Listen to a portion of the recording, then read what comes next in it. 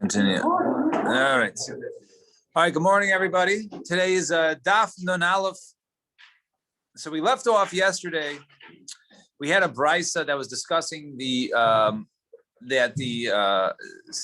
different qualities when it comes to a zevach. We called it a zevach is different than that of a tamura, and we said that we're talking about a tamura in general, but a zevach was referring to a specific korban. We tried to bring it as a proof that the question we had even before then was brought in was as to whether it can affect a tamura, right? We got into that conversation because whether it was considered to be a korban yachid or a korban sibur, which because we were on a conversation about whether this technically the par is considered a chatos, and the question is we know that a chatos yachid is lemesa. You can't reuse it, right? If the owner dies and it has to be left, you can't use the same animal or the same blood, and that was the whole question. So then, just touching on that case, so we wanted to say that which was said when it's talking about a zevach, right? That the chaymer b'zevach mibetmura, right? We were talking about that the zevach was noeg b'yachid, right? B'tzibur v'deichas Shabbos as tuma v'oiset tamura, right? So the qualities were it was deichas Shabbos and deichas and tuma. In other words, if it was Shabbos, we still perform the avoda. We don't say it's Shabbos, we can't perform halacha. When it was tameh, we said it can even be brought the tuma and it can make a tamura. So then we said I over here is referring to the par shel kohen gadol, and then we deflected it and says no, it's talking about the ayil, which is an ola, not referring to a chatas, and that could potentially make a tamura. So now the Gemara asks 4 lines on the top of Nun Aleph Amud Aleph.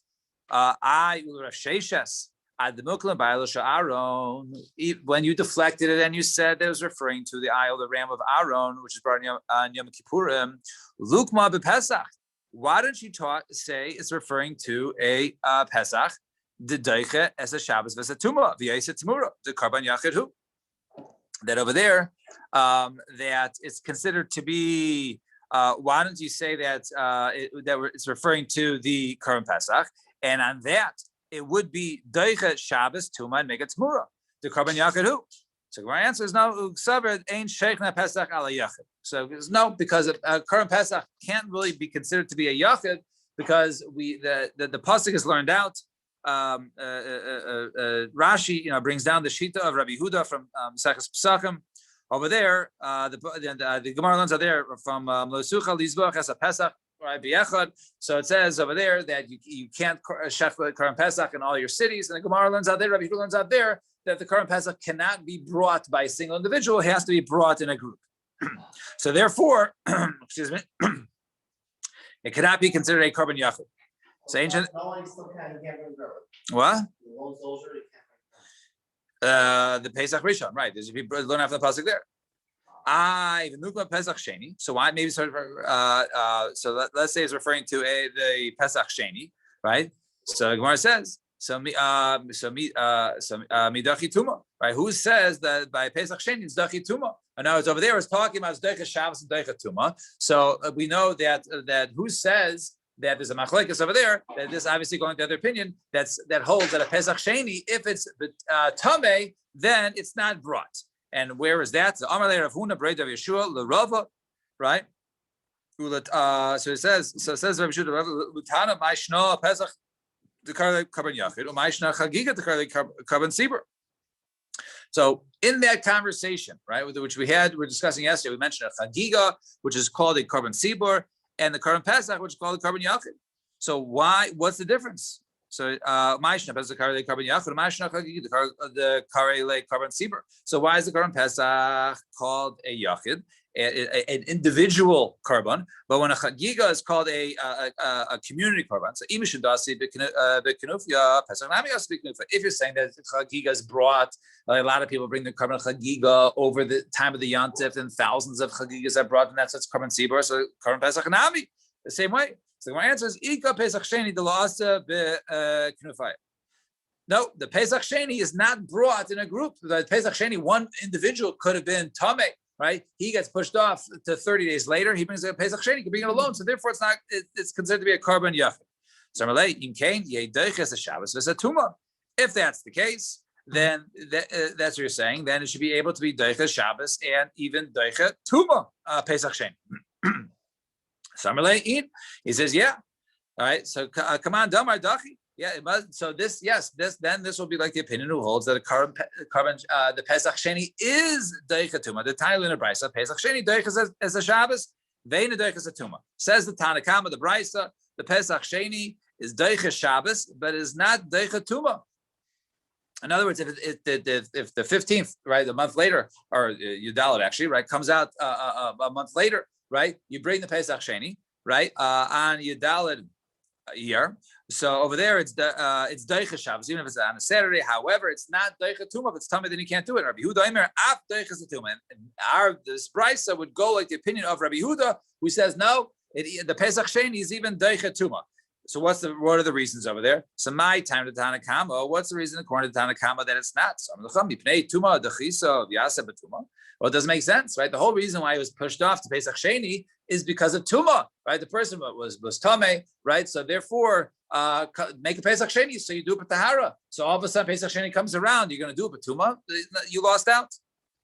And Rabbi Yehuda says no. The Amar Akra, the pasuk says, "Kechol chukas haPesach yasu oso." The pasuk says over there, like all the rules of the Pesach, that's how you do the Pesach Sheni. V'afilu betuma, right? And even betuma. And hatar hachzir lov lasis betara. Really, the Torah says, okay, wait next month, do it betahara. So lo yizacha, but if he wasn't zeicha to do betahara, then yasenu betuma. Then he should go ahead and bring it betuma. Fine. Turn the page. What? As the machlokes over there, I guess Rabbi Yehuda and the Tanakama. You have to see, right? It's not like it's not brought betuma. I don't know. So it is brought. Individuals do bring it, but since they're all bringing it at the same time, it calls it. And that was the Gemara's question. Pesach Sheni, same thing, right? Yeah. So the Pesach Sheni should be no different. Why is that called a Karban Yachid versus the versus Chagiga? So therefore, it goes into the aspect of Pesach Sheni, which can be brought even by an individual. So the Gemara says now, that which we asked earlier, right? Rashi references the question of Rabbi Elazar, who asked by the Par Yom Kippurim, right? We had a question of, can it affect Tamura, right? Can you go and say the Kedusha of this? I don't want to use this animal as the par, let's use a different animal. And that we know that only applies by a korban which is owned by an individual, by a Yachid, versus that of Shutfas, owned by partners, or one which is owned by the Tzibur. So so why don't we learn that it says over there, the Asher Lo, right? Amrachmana, the pasuk says Asher Lo 3 times, his, right? Referring to the Kohen Gadol's, the par is his, the Kohen Gadol's Amrachmana. Mishalohu maybe he has to bring from his own money. The tiny in the Brisa, it says Asher Lo. It says his Mishalohu maybe lo mishal tzibur. So he brings from his own money and not of the tzibur. This is the par for Yom Kippur. Yachaloy if mishal tzibur, and maybe he can't bring a shame tzibur mischaprin. But maybe you could say the par of the Kohen Gadol, which we know that he does when he gets for the kapara, for the par of the Kohen Gadol, it's brought on behalf of him and the Kohanim. So maybe the money can't come from the tzibur, right? But maybe it can come from the Kohanim because they are included in the kapara, right? That they get kapara. Therefore, it says Asher Lo. It says his, right? His own. No, is coming from only the Kohen Gadol and not his other Kohanim. And and maybe you shouldn't bring the Heavy Kasher. Maybe okay, but Lamaisa you should only bring from his own pocket. But okay, if a fellow rich Kohen he wants to go ahead, okay, we'll chip in, we'll buy it. So Tamalemar, shuv. Therefore, it says Asher Lo. Therefore, it says Asher Lo a third time. Shonakasav Allah la'akev. Therefore, it tells us the akev that has to be from him. So what do you see over here? You see that basically this carbon belongs to the Kohen Gadol, right? The par belongs to the Kohen Gadol, and therefore, right, this par really should affect Tamura. It's like a carbon yachid, right? It has to come from him. It can't even be the Eved come from the Kohen. So he says, according to you, it's a mamish carbon yachid. Achel Kohen, ilav the Kohen begavi. Right? If you're telling me that it only belongs to the Kohen Gadol, nobody else, so then how can they kapara? Right? Obviously, they have to have some sort of shaykhus, right, with this korban. So Ella Shani Begas Aaron, rather it's different. The ownership of Aaron is Dafke Rachman and Gabi Yafa Kohanim. that obviously they got kapara, so therefore it must be that the ownership of the Kohen Gadol is not exclusive to him, but there is also a shaykhis to the other Kohanim that they are able to go ahead and get kapara through that way. And so too, right? Hacha gabi tamura nami. So too, we'll say the same thing when it comes to a tamura. Remember, if it belongs to a yachid, it can make a tamura. If it belongs to partners, it cannot. It's a shani begas la'aron de'afki rachmana gabi yachid b'kohanim. And therefore, we'll say that maybe also when it comes to tamura, right? We don't know, right? Perhaps it could be that they have a chelak in it, and therefore he can't make a tamura or not. And therefore, that was the reason why the suffix. That was the reason why the Gemara did not give a clear teretz as to does the Par Kohen Gadol, does that affect Tamura or not? Fine. Now your Mishnah. Mishnah says, Haya maholech behechal ad shemigia lebein shtei haparoches hamavdios ben hakodesh kodesh. So now you can imagine those of you who have the art school. There's actually pictures, actually a number of pictures. We'll soon see them. So he's coming in from along the east, right, and he's heading west, right. He's heading towards the western wall, but from the other side, right. So he's heading west. He enters into the Heichal and he goes until he gets to the Shtei Paroches, the two curtains that separate between the Kodesh and the Kodesh Kodashim, right. There's, I think it's 40 amos is the Heichal. Another 20 is the Kodesh Kodashim, and in between there's a double curtain, right? A double curtain with an am in between them. And Rabbi Yosi Aimer Lois Hasham Ella Pareches Achas. No, there was only one curtain there. Bilvat Shemar, as the pasuk says, Ve'ivdila hapareches lachem ben hakodesh kodashim. Right? There was the paroches, the single curtain. Right? It doesn't say double curtain. The one curtain was separating between them and between the kodesh and kodashim. So all we know. He enters through the Heichal and he goes straight, directly, walks all the way across to the curtain or curtains in order to enter the Kodesh Kodashim with his shovel with the coals and with his ladle holding the ketores, right? The incense. Fine. Zot Gemara. It's a shopper coming little Rabbi Yosi the Rabbanan. Rabbi Yosi, you're saying good, right? You bring the pasuk. The pasuk says there's one parochas, there's one curtain in between. For Rabbanon, I will Rabbanon say something. He said, no, Hani Mishkan. That was referring to the Mishkan. Yes, there was one curtain in the Mishkan. Aval b'mikdash sheni. When it came to the mikdash sheni, came and delay havi ama tarkasin. So over there, but however, since there was this the ama in between when it comes to the mikdash, right? There was a wall in between. We know by Bayis Rishon, right, where it says the dimensions. There was actually a wall, right, that was there, and that wall was. And that wall was separate, was amma thick. With Mikdash Rishon, who the Havi, in the Mikdash Rishon, there was one. So going a little background, so in the Mikdash Rishon, it was basically 30 amos high and it was 1 amma thick. So that clearly there was a wall, right? The one paroches was not referring to Bayis Sheni. The one paroches was referring to the Mishkan. And therefore, in the Mikdash Rishon, they had an amma thick wall that was 30 amos high. However, Bayis Sheni was even taller. And they weren't able to go ahead and create a wall, right, that was structurally sound, that was taller than 30 amos to go all the way to the ceiling. And therefore, so they didn't have a wall there, rather they had curtains. However, in the Bayis Sheni, they didn't know, they were mesupak whether this 1 amma thickness was part of the kedusha of the Kodesh Kodashim, and therefore the curtain should be basically right. Basically it should increase the size on the inside. Or if the kedusha of the space itself where the wall stood really belonged to the Heichal kedusha, so therefore they were masupik whether whether it should go on the inside or the outside. They didn't know where the curtain. We put the curtain where the inside of the wall stood or the outside of the wall stood, right? And therefore, therefore they made 2 paroches with 1 amma in between there. So therefore, right, from both sides, the interiors of both spaces were the same. There was just a 1 amma in between the two curtains. Tana Rabban. Bein hamizbeach l'menorah hayamahalach divrei Rabbi Yehuda, I believe it is. I think Rabbi Yossi, Rabbi Yossi is later. Divrei Rabbi Yehuda. So between the mizbeach and the menorah, he would walk. So he was walking with his shovel and his ladle, and he would walk.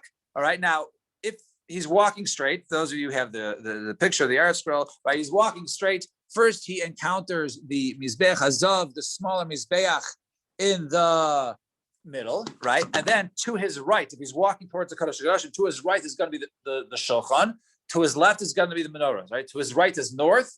To his left is south. Okay. Now, so he basically walks, says Rabbi Huda, he walked between the menorah, which is on his left, and the mizbech. So he sort of he went left right after he encountered there. He went left. Rabbi Huda, he went between the shulchan and mizbech. No, he went right. He went right between the mizbech and the shulchan. He went that way. That was his. Where? Diagram D. Oh, diagram D. Is there machlokes what's the setup of the? Yeah. We'll get there. Yeah. It's ahead. It's coming up. So he said, and there's a third opinion. Some say bein shochan the kaisel. He didn't just go to the right between the mizbeach and the shochan. Rather, he went on the other side of the shochan between bein shochan the kaisel, between the shochan and the northern wall of the haven. Now, first of all, man yeshamim. Who's the yeshamim? So Rav Chiza, Rav Yesi, it's been Rav Yesi Dalmar Pischa b'tzafon kai.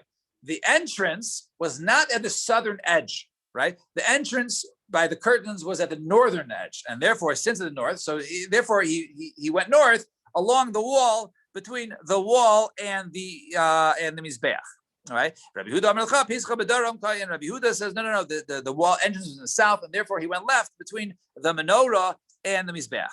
Rav Meir, so who does Rav Meir? Now, Rav Meir was the one who says that he went between the shulchan and the mizbeach. So, Rabbi Huda Svirle, if he holds like Rabbi Huda that it's on the south, so Neil Rabbi Huda, let him enter like Rabbi Huda. And Rabbi Yesi Svirle, if he holds it's all the way in the north side, Neil Rabbi Yesi, let him go all the way in the north along the wall between the wall and the shulchan. So the Yelam Rabbi Yesi Svirle really holds like Rabbi Yesi. It was in the north. So Barmelacha Shochanos Safon Vidara Munachim. Right, the Shochanos actually went north-south. They were facing north-south, and therefore, right, there was no space between. They didn't go sideways. They rather went the long way, and the long way was north and south, and therefore there was no space in between the northern wall, right, and the shulchan. So therefore, he couldn't go between the shulchan and the wall. He had to go basically next over between the shulchan and the mizbeach. So he said, the